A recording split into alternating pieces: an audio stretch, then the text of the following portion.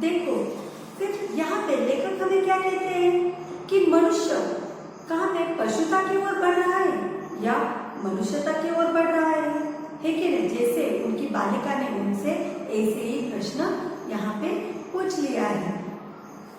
और यहाँ पे देश को सच्चे अर्थ में सुखी कैसे बनाया जाए, अपना जो देश है उसको सुखी कैसे बनाया जाए, हमारी परंपरा, हमारी महिमामय, हमारे संस्कार उज्जवल है, क्योंकि अपने आप द्वारा लगाया हुआ बंधन हमारी संस्कृति की बड़ी विशेषता है। हमारे ऊपर जो बंधन लगाए हैं, हमारे ऊपर जो अपने आप में उज्जवल रहने के लिए जो संस्कार हमें दिए गए हैं, ये क्या है? हमारी बहुत बड़ी विशेषता है। मनुष्य पशु से किस बात में भिन्न है? बोलो तो। हाँ, क्योंकि मनुष्य और पशु में यहाँ पे हमें क्या दिखाई दे रहा है?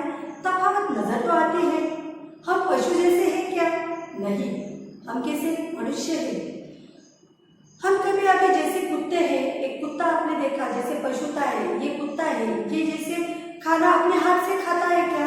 नहीं, वो डायरेक्टली क्या करता है? अपने मुंह वहां पे खाने में डालता है। हम वैसे करते हैं क्या? नहीं। एक कुत्ता रास्ते में चलने वाले राहगीर को भी वो काट लेता है, हम ऐसे कुछ करते हैं क्या? नहीं। ऐसे ही मनुष्यता और पशुता, इसमें क्या है? फिर तफावत है। तो हमारे जो लेखक है वो यही बात हमें पूछ रहे हैं कि मनुष्य पशु से किस बात में भिन्न है? उसके संयम में, दूसरे के सुख दुख के प्रति संवेदना है, श्रद्धा है, तप है, त्याग है। इसलिए मनुष्य झगड़े टंटे को अपना आदर्श नहीं मानता। गुस्से में आकर चढ़ दौड़ने वाले अविवेकी को बुरा समझता है। वचन, मन एवं शरीर से किए गए असत्याचरण को गलत मानता है। देखो, यहाँ पे लेखक हमें कहते हैं कि मनुष्य है जो अपने किस बात में भिन्न है कि नहीं? उसके संयम से।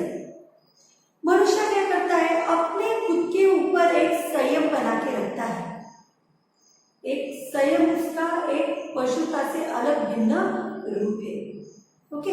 और दूसरे साथ वो दूसरे के प्रति सुख दुख की समवेदना उसको होती है।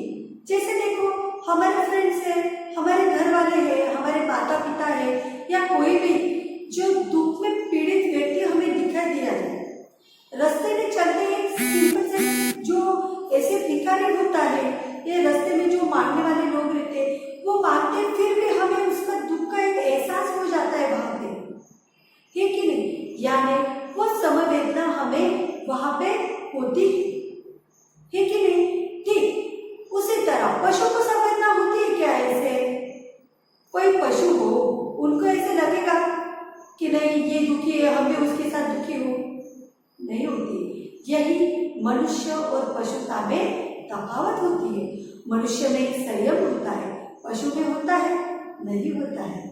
ठीक, लेखक हमें उसी तरह समझाने यहाँ पे समझा रहे हैं। जैसे मनुष्य झगड़े टंटे को अपना आदर्श मानता है क्या? नहीं। कोई झगड़ा टंटा करने वाला जो आदमी है, उसको हम ऐसे मानते हैं? नहीं मानते हैं, है कि नहीं? उसी तरह गुस्से में आकर चढ़ दौड़ने वाला अविवेकी को बुरा समझा जाता है। देखो, जैसे हमने किसी को देखा कि बहुत गुस्सा कर रहा है, वो किसी के ऊपर एकदम दौड़ दौड़ के जाता है, उसको पकड़ने की कोशिश करता है, उसे मारने की कोशिश करता है। ऐसे झगड़े टंटे वाले लोगों को हम अपना आदर्श मानते हैं क्या? बोलो, नहीं मानते। ठीक उसी तरह फिर एक मनुष्य ही अपने आदर्श एक अच्छी चीजों को मानते हैं, अच्छे लोगों को मानते हैं। जो अच्छे लोग होते हैं उन्हीं के ऊपर हम अपना आदर्श एक ये करते हैं, है कि नहीं? और देखो, और जो अविवेकी लोग रहते हैं उनको हम क्या समझते हैं? बुरा समझते हैं। उनका विवेक हम ये नहीं करते, हम उनको बुरा समझते हैं, उनको आदर्श नहीं मानते हैं हम। वैसे ठीक वचन, मन एवं शरीर से किए गए असत्याचरण को भी गलत मानता है। मनुष्य फिर अपने वचन से हो, अपने मन से हो, अपने शरीर से हो, जो असत्य वचन यानी जो झूठ बोलना, असत्य वचन, उसके साथ क्या करना, एक असत्य वचन करना, झूठ के सहारा लेना, तो ऐसे लोग होते हैं उनका हम साथ देते हैं, ऐसे असत्य आचरण वाले लोगों का साथ देते हैं हम नहीं देते। ठीक उसी तरह लेखक हमें कह रहे हैं कि हम असत्याचरण लोगों को हम क्या मानते हैं, यहाँ पे गलत मानते हैं, है कि नहीं। फिर देखो आगे क्या स्टांजा, ऐसा कोई दिन आ सकता है जब मनुष्य के नाखून का बढ़ना बंद हो जाएगा। ऐसा कोई दिन आ सकता है क्या, नाखून बढ़े ही नहीं। प्राणी शास्त्रियों का ऐसा अनुमान है कि मनुष्य का अनावश्यक अंग उसी प्रकार जड़ जाएगा जिस प्रकार उसकी पूंछ जड़ गई थी। जैसे आपने देखा होगा, अपने हमारे आदि मानव जो है, पहले के जो आदि मानव थे उनकी पूंछ थी, है ना, तो उनकी पूंछ थी, कालांतर में उस पूंछ का कुछ भी उपयोग नहीं किया गया, तो वो क्या हो गए, वहां पे वो झड़ गए। वैसे ही हमारे जो नाखून है, हम उसका इस्तेमाल नहीं करते हैं तो वो बढ़ना छोड़ देंगे क्या, उनका वहां पे जो ग्रोथ है, उनका जो बढ़ना है वो वहां पे रुक जाएगा क्या। ऐसे यहाँ पे लेखक हमें प्रश्न पूछ रहे हैं। प्राणी शास्त्रियों का अनुमान तो वही है कि जैसे पूंछ झड़ गई तो वैसे ही मनुष्य का जो भी अंग ऐसा होता है जिसका इस्तेमाल नहीं होता है तो वहां पे वो झड़ जाते हैं। उस दिन मनुष्य की पशुता भी लुप्त हो जाएगी। शायद उस दिन वह मरणास्त्रों का प्रयोग भी बंद कर देगा। नाखून का बढ़ना मनुष्य के भीतर की पशुता की निशानी है और उसे नहीं बढ़ने देना मनुष्य की अपनी इच्छा है, अपना आदर्श है। देखो यहाँ पे उन्होंने एक लाइन दी है हमें कि पशुता की निशानी है, यानी देखो जैसे हमारे आदि मानव नाखूनों का इस्तेमाल करके वो जो वहां पे वो क्या करते थे, बोलो, शिकार करते थे, चीजें काटते थे, फाड़ते थे, कुछ भी ऐसे जो नाखून का इस्तेमाल करके करते थे। आज हम वो नहीं करते, हम दांतों का इस्तेमाल करते हैं, दूसरे जो भी हमारी चीजें होती है उनका इस्तेमाल करते हैं, है कि नहीं। ठीक उसी तरह फिर वहां पे जो यहाँ पे कौन कह रहा है, यहाँ हमें लेखक हमें बता रहे हैं, हमें पूछ रहे हैं और हमें ये उनका मानना है कि मनुष्य के अंदर की पशुता की निशानी क्या है, ये नाखून है। और मनुष्य की इच्छा हो तो वो बढ़ता है, बढ़ने भी नहीं देता, यही मनुष्य की फिर इच्छा है, यही अपना आदर्श है कि उस पशुता को भी बढ़ना न दे और नाखूनों को भी बढ़ने न दे। मनुष्य में जो घृणा है, जो अनायास बिना सिखाए आ जाती है, वह पशुत्व का क्या है, द्योतक है। फिर यहाँ पे आप कहेंगे कि द्योतक का मतलब क्या है टीचर, तो यहाँ पे द्योतक का मतलब होता है प्रतीक। ओके, यानी जो मनुष्य की मन की जो घृणा होती है, घृणा मीन्स नफरत, मनुष्य की मन की जो नफरत होती है वो क्या है, फिर यहाँ पे अनासास बढ़ जाती है, वो है ना, बिना कारण वो बढ़ती जाती है नफरत। वो वहां पे क्या है, पशुत्व का द्योतक तो है, पशुत्व का प्रतीक तो है वहां पे, है कि नहीं। ठीक उसी तरह फिर मनुष्य अपनी इच्छा से जैसे नाखून बढ़ने नहीं देता, वैसे ये नफरत, ये पशुता भी वो क्या करेगा, बढ़ने नहीं दे सकता है। और अपने को संयंत्र रखना, दूसरे के मनोभाव का आदर करना मनुष्य का स्वधर्म है। यानी वहां पे फिर लेखक कहते हैं कि खुद को एक संयम बना के रखना, मनोभाव से रखना, दूसरों का आदर करना, ये सब क्या है, हमारा स्वधर्म है ना। देखो आगे क्या लिखा है उन्होंने कि बच्चे ये जाने तो अच्छा हो कि अभ्यास तब से प्राप्त वस्तुएं मनुष्य की महिमा को सूचित करती है। बच्चों को ये समझ में आ जाए तो ये क्या हो गई, अच्छी बात है। वो अपने अभ्यास से, अपने तप से जो हमारे प्राप्त वस्तुएं यानी हमें जो ज्ञान प्राप्त हुआ है उस वहीं से मनुष्य की महिमा क्या होगी, सूचित हो सकती है।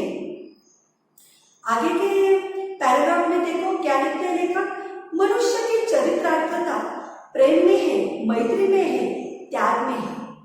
मनुष्य का चरित्रार्थता यानी जो सार्थकता है, जो सक्सेसफुल है, वो किस में है, प्रेम में है।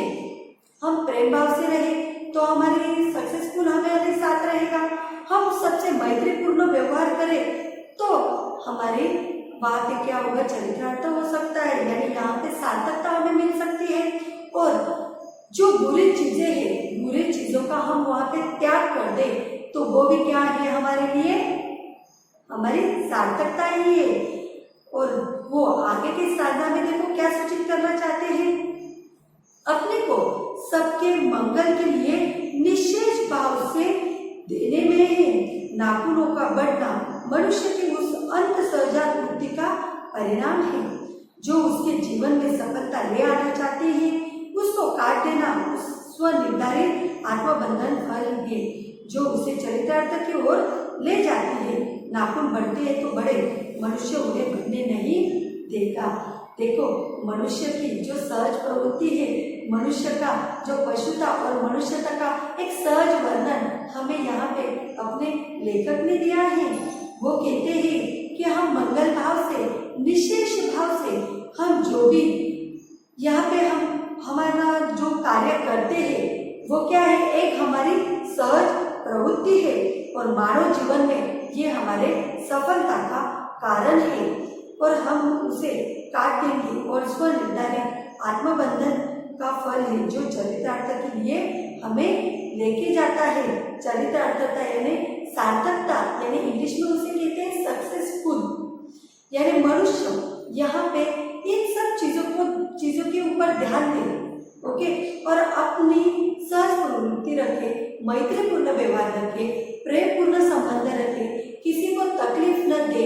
ऐसे इस तरह हम अपने संबंध रखें, हमारी सहज प्रवृत्ति रखें तो यहाँ पे क्या होगा, फिर मनुष्य अपनी अच्छे कर्म, स्वधर्म ये निभाता रहेगा और अपनी जो बुरी आदतें हैं और जो पूरे प्रभाव की जो प्रवृत्ति है वो वहाँ पे क्या होगी, नाखून जैसे हम काट डालते हैं, वो पशुता की निशानी हम काट डालते हैं, ठीक उसी तरह हमारी ये जो चीजें हैं वो क्या हो जाएंगे, मनुष्य चाहे तो वहाँ पे काट सकता है और वहाँ पे ठीक उसी तरह वो अपना जीवन अपने संस्कारों से मैत्रीपूर्ण और आनंदमय गुजार सकता है और सबके साथ प्रेम भाव से व्यवहार कर सकता है।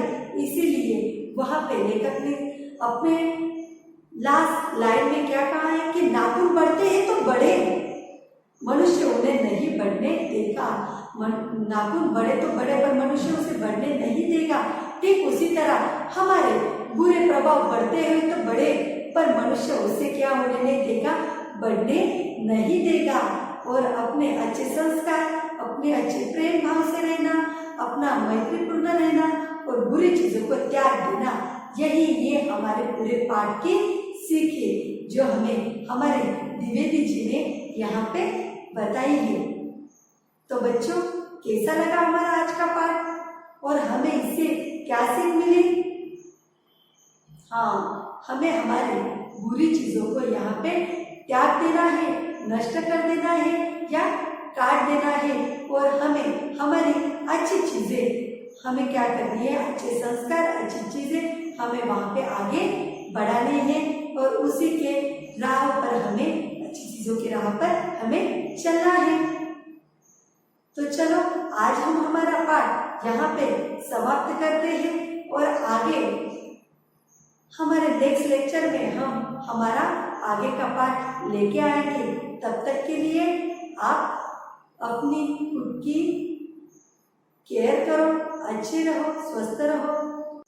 यहाँ पे हमारा आज हम पाठ खत्म करते मिलते हैं नेक्स्ट लेक्चर में और पढ़ाई करते रहो। तब तक के लिए बाय।